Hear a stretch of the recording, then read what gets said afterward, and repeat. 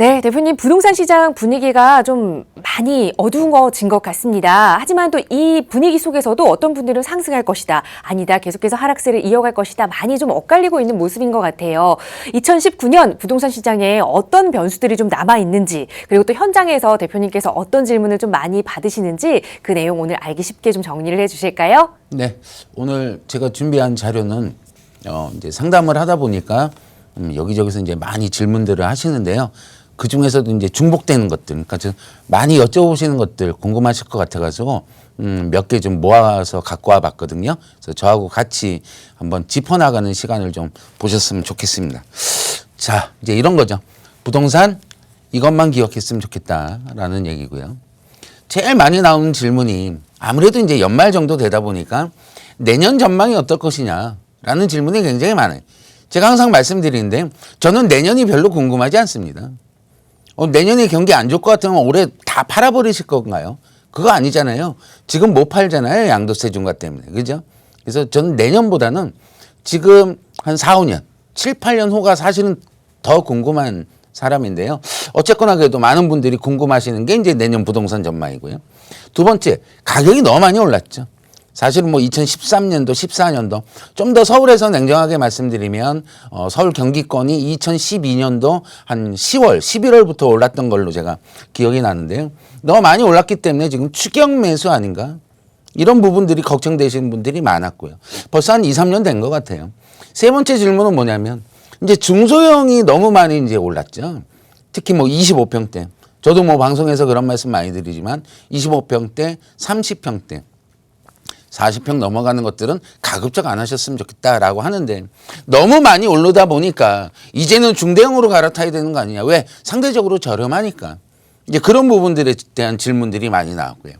네 번째는 뭐냐면 지금 주택시장이 꼭지점이라면 주택에 대한 것들이 꼭지점이라면 상가라든가 오피스텔 쪽이라든가 이런 수익형 부동산 쪽으로 전환하는 것은 어떻게 생각하느냐. 차익이 남을 것 같지 않으니까 매달 따박따박 수익형 부동산, 연금형 부동산으로 내가 수익을 창출하겠다라고 생각하시는 분들도 의외로 많이 계신다라는 얘기고요.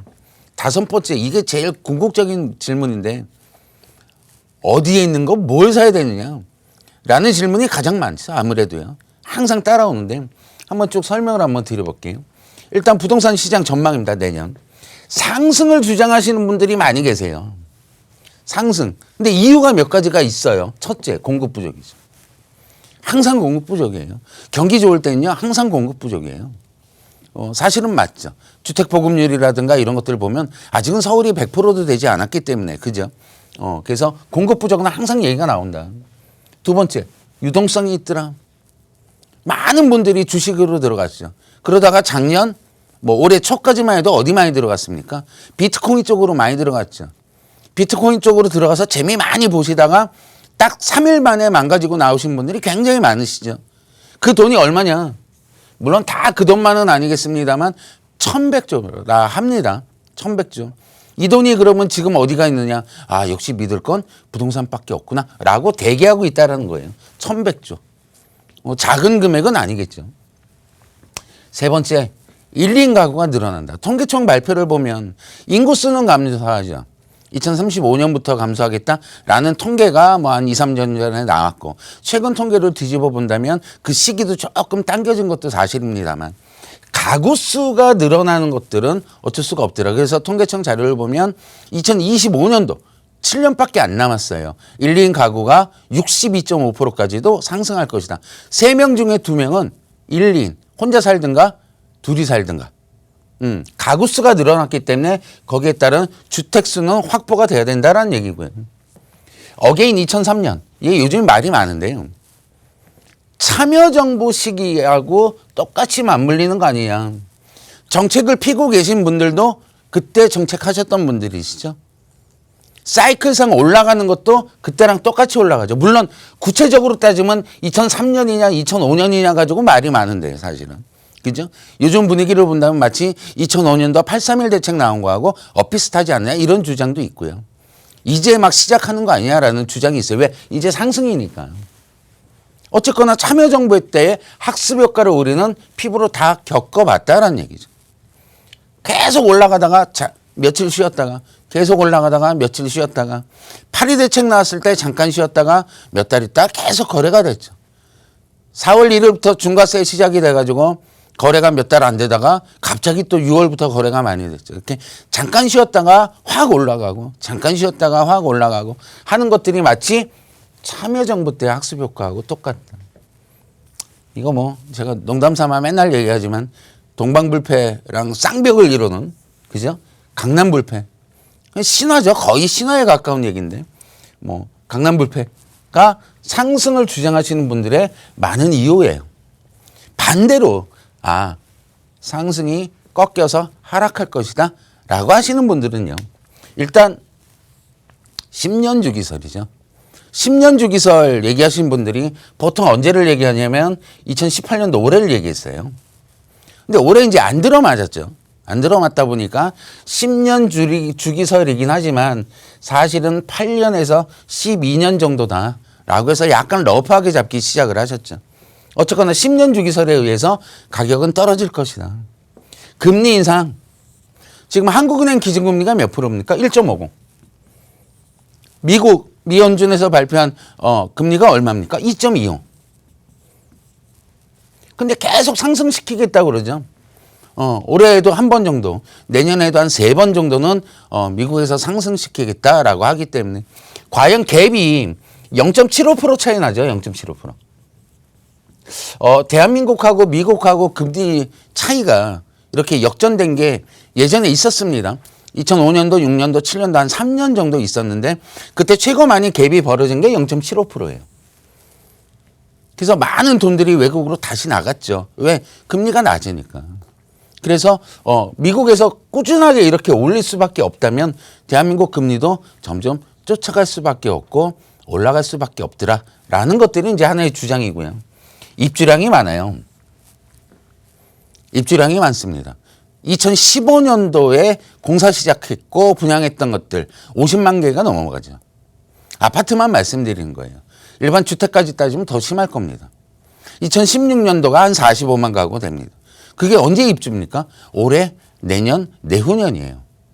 올해까지는 그렇게 큰 여파는 없었습니다만 아마 내년 정도부터는 여파가 있지 않을까라고 주장하시는 분들이 가격 하락이고요. 아까 말씀드렸다시피 가구 수는 늘어날지 몰라도 어쨌거나 총 인구 수는 감소를 할 수밖에 없다라는 게 이제 통계치에서 전망을 했던 부분이 있고요. 너무 많이 가격이 급상승을 했다 보니까 이제는 너무 피로하다, 피곤하다. 그렇죠. 우리도 어느 목적지까지 열심히 뛰어갔다면 잠깐 쉬어야죠. 그래서 잠깐 쉴 것이다. 거시경제가 너무 불안하더라. 그렇죠. 특히나 이제 지방에 계신 분들 완전히 피부로 느끼실 겁니다. 제조업이라든가 자동차 산업이라든가 해운업이라든가 조선업이라든가 대한민국을 지탱해왔고 이 나라 이렇게 이끌어왔던 제조산업이 아예 그냥 기반이 무너질 정도로 뭐 심지어는 IMF보다도 더 힘들다라고 말이 나올 정도로 거시경제가 굉장히 안 좋습니다. 그나마 이제 유일하게 끌고 가는 게 뭐 제가 볼 때는 디스플레이 쪽이라든가 반도체 쪽이라든가 이런 쪽인데요. 그쪽도 사실은 경쟁력이 많이 좀 따라잡히고 있죠. 중국 쪽에. 그래서 거시경제가 좀 불안하기 때문에 어쨌거나 가격은 하락할 것이다 라는 얘기를 하고 있고요. 근데 변수가 있는데요. 내년에 뭐냐. 토지보상금이 풀립니다. 제2테크노밸리, 제3테크노밸리 부지를 위수로 해서 약 25조가 풀립니다. 25조. 근데 좀 따져보면 내년 1월 1일부터 풀리는 건 아니에요. 거의 연말 가까이 이맘때쯤 와야 됩니다. 찬바람 불어야 25조가 풀릴 것 같아서 역시 이 돈도 유동자금으로 합하게 되면 땅에 대한 토지보상금을 받다 보니까 다시 부동산으로 다시 들어올 확률이 대단히 높은 돈이 25조가 또 풀린다라는 얘기고요. 우리 시장님, 특히 서울시장님, 삼선이시죠. 올해 6월 달에 뭐 여의도와 용산을 맨하탄 같이 뭐 맞습니다. 사실은 꼭 맨하탄이 아니더라도 말이죠. 서울의 시장님이 서울을 발전시키겠다라는 얘기가 잘못된 얘기는 아니잖아요. 약간 타이밍이 안 맞았고 또 다르게 생각하시는 분들과 의견이 좀 안 맞았을 뿐이지. 우리가 뽑은 시장님이 그럼 시를 발전 안 시키겠다라고 얘기한 건 말이 안 되지 않습니까? 발전시키는 건 맞아요. 그래서 제가 볼 땐 삼선 시장님도 하나의 변수가 될 수가 있더라. 청약 시장이 최근에 로또죠. 그렇죠. 현금 10억 이상 갖고 계신 분들이 요번에 이제 우성 1차 재건축했던 거 청약을 봤더니 뭐 최대의 경쟁률이 400대 1이 넘어가고 평균 40대 1이 넘어갔죠. 10,000명 이상 몰렸던 걸로 알고 있는데 그 청약 시장도 현재 로또다. 이게 이제 굴지의 어떤 입지를 갖고 있는데 2019년도에도 몇 개 분양할 게 남아 있어요. 역시 마찬가지로 분양을 아주 저렴하게 할 확률이 높다 보니까 주변 시세 대비 이것도 변수가 되고 있어요. 그래서 결론은 뭐냐? 2019년은 어쨌거나 전반전은 끝났습니다. 가격 상승기에 대한 전반기는 일단 끝났다. 우리 축구 경기로 보면 45분 열심히 뛰었잖아요. 그 다음에 뭐 합니까? 15분 쉽니다. 작전도 좀 짜야 돼요. 그래서 지금은 세미나도 좀 많이 들으러 오셔야 되고 상담을 좀 많이 받으셔야 됩니다. 왜? 15분 동안 작전을 잘 짜야 후반전에 어떻게 할지 대비를 할 수가 있기 때문에 그래요. 강보합세가 유지가 될 것이며 국지적인 상승. 가만히 있다가 갑자기 오르고 안 오르는 지역이 갑자기 좀 오르는 이런 국제적인 상승을 볼 것이고 초양극화 시기는 계속적으로 진행이 될 것이다라는 얘기입니다. 추격 매수 아닌가? 서울 위주로 이제 말씀드릴 수밖에 없는데 서울 수도권은 아직도 갭매우기 진행 중입니다. 이 갭매우기가 끝났냐? 아닙니다. 끝나지 않았습니다. 아직도 서서히 오르고 있는 지역들이 있어요. 그래서 그런 지역들을 잘 보시는 게 맞을 것 같고요. 이제 정부에서 알려줬죠. 규제 지역이냐 비규제 지역이냐. 심지어 규제 지역이었다가 빠졌던 데들은 원래 좋아해야 되잖아요. 규제 지역이 아니니까. 근데 오히려 좀 가슴 답답해하고 왜 거기서 빠졌을까. 비규제 지역이 약진을 할 겁니다. 아무래도 이제 서울 수도권에서 말씀드리면 경기도 쪽에 있는 지역들 뭐 수원이라든가 안양이라든가 용인이라든가 우리가 잠깐 잊고 살았던 지역들이 이제 드디어 역시 크게 보면은 갭매우기 중에 하나인데 어쨌거나 약진을 좀 할 수 있고 플러스 제가 개인적으로 얘기하는 것들이 GTX까지 같이 결합해서 본다면 어느 지역이 좀 더 낫겠다라는 것들은 힌트를 얻으실 수가 있고요. 달리는 말에 올라타는 게 가장 편하다라는 얘기들이 있죠. 달리는 말에 올라타는 게 얼마나 힘듭니까? 달리기 전에 탔어야죠. 그죠? 물 들어오면 노젓는다. 물 들어오면 노젓는다. 물 들어오면 배 띄운다. 여러 가지 표현이 있습니다만 물 많이 들어왔습니다. 일정 부분 늦은 거는 사실이세요. 지금 부동산 새롭게 뛰어드실 분들은 우리가 늦었다라는 걸 인정을 하셔야 됩니다.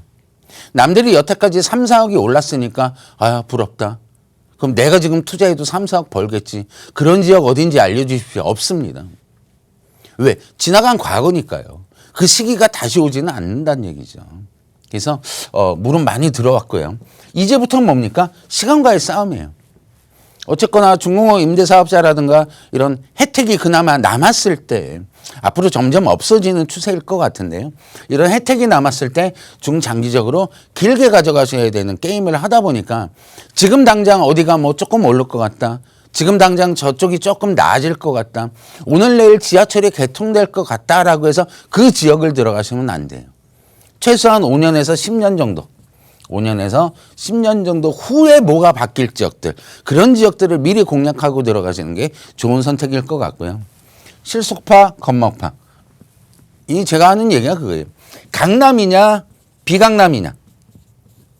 강남에 한 채를 살 돈이면 비강남에 세 채를 삽니다. 선택을 하셔야 되는데 말이죠. 그래도 강남 하나. 틀린 얘기는 아니에요. 근데 비강남의 세 개가 나중에 금전적으로 이득을 누가 많이 받느냐라고 따지면 비강남 세 채가 훨씬 더 이득을 봤다는 얘기죠. 이거를 한번 냉정하게 한번 생각해 보실 필요가 있어요. 지금 15분 쉬는 시간 드릴 거니까 나는 실속파로 들어갈 것이냐. 그래도 강남 하나 들어갈 것이냐. 요거는 한번 성향부엘로 한번 생각해 보실 필요가 있다라는 얘기죠. 중도형 평수 이렇게 보는 거죠. 아무래도 상대적으로 소득 수준이 높은 지역으로 지역을 조금 좁힐 필요가 있어요. 그다음에 1+1 재건축도 사실은 일정 부분 기여를 했습니다. 제가 볼 때는. 1+1 재건축도 사실은 이제는 대출도 안 나오고 그죠? 이주비 대출이라든가 여러 가지 문제가 생기다 보니까 유행처럼 지나가 버립니다. 그리고 사실은 1+1 재건축이 말이죠. 저는 그렇게 보거든요. 강남에 밀집되어 있는 중층 아파트 재건축을 하려면 주민들의 동의서를 받아야 돼요. 근데 40평, 50평 갖고 계신 분한테 똑같이 40평 하나 드릴 테고 남는 돈 조금 더 드릴 테니까 재건축 하십시오. 나이대가 70대, 80대 계신 분들한테 씨알도 안 맥히는 얘기죠. 그러다 보니까 뭡니까? 아파트를 2채 드릴게요. 해서 동의율을 끌어올리는 목적도 사실은 좀 숨어져 있었던 것들이 1+1 재건축인데 이것도 이제 요번에 대출 9.13 문제 때문에 조금 이제 힘들어지기 시작을 했죠. 그럼 지역은 어디냐? 지역을 좀 좁혀 봅시다. 강남 3구. 그다음에 목동 신시가지. 마포와 성동구에 한강 조망이 되는 대형 단지들이 몇 개가 있습니다. 그런 지역들. 그다음에 어쩔 수 없는 한강변. 네, 고층, 저층보다는 한강 뷰가 확보가 되어 있는 한강변에 있는 대형 아파트.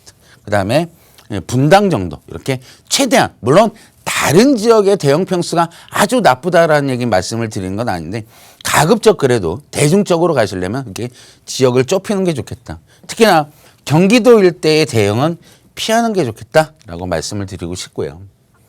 수익형 부동산으로 접근하는 게 어떻게 좋은 것이냐라고 본다면 저는 개인적으로 최대한 늦게 접근하는 게 좋다. 지금은 차익을 볼 때지 수익을 볼 때는 아니다. 물론 개인 사정에 의해서 어쩔 수 없이 나는 월세가 좀 부동산을 통해서 따박따박 나와야 된다. 왜? 생활을 해야 되니까. 그죠? 차익을 본다고 내 생활은 안 할 수는 없지 않습니까? 제가 맨날 말씀드리는 게 차익 보려고 좋은 데 투자하고 나는 집 없어가지고 어디 가서 노숙할 수는 없다라는 얘기죠. 그래서 생활비라는 개념으로 본다면 내가 능력이 되는 한 최대한 늦게 접근하는 게 좋겠다라는 얘기고요. 우리 월세 수익률을 보다 보면 5%다, 6%다, 뭐 2점 몇 %다 이런 얘기들을 많이 하는데 프로테이지 보고 움직이시는 분들은 안 계세요. 그냥 옛날 분들이시죠. 수익률 보고 하지 말고 그래서 내가 필요한 게 그래서 얼마냐 이거죠. 월세가 100만 원 필요하십니까? 500만 원 필요하십니까? 월세가 때에 따라선 1000만 원 필요할 수도 있어요. 사람에 따라서. 거기에 맞는 매물을 찾아가야 되는 거죠. 와 무조건 강남. 수익률도 안 나오는데요. 내 목적에 맞는 부동산을 가는 게 좋겠다라는 얘기고요. 어쨌거나 구조상 월세가 많이 상승해야 매매가도 덩달아 상승할 수밖에 없는 구조를 갖고 있는 것들이 수익형 부동산이다. 수익률 요즘에 이런 얘기 많이 나오죠. 보증금 3천만 원에 월세 150만 원 예상. 예상이에요. 그 예상 갖고 하지 마세요. 월세가 안정적으로 들어와야 되는 수익형 부동산이다 보니까 뭘 해야 된다? 꼭 확인을 하셔야 됩니다. 확인을 하고 들어가세요. 왜? 수익형 부동산의 매력이 뭡니까? 확실하고 안정되게 따박따박 받는 게 가장 큰 목적 아니겠습니까? 근데 예상을 한다고요? 예상치보다 못하면 어떡하실래요? 예상치보다 못한 지역들이 한두 군데가 아니지 않습니까? 1000에 75만 원, 80만 원 나온다고 했던 지역들이 지금 얼마 나옵니까? 500에 55, 1000에 50. 그럼 나머지 월 25만 원, 30만 원 가까이는 어디로 갔습니까? 그렇게 예상이 안 된단 말이죠. 거기에 현혹되지 않으셨으면 좋겠다. 어디에 뭘 샀으면 좋겠냐?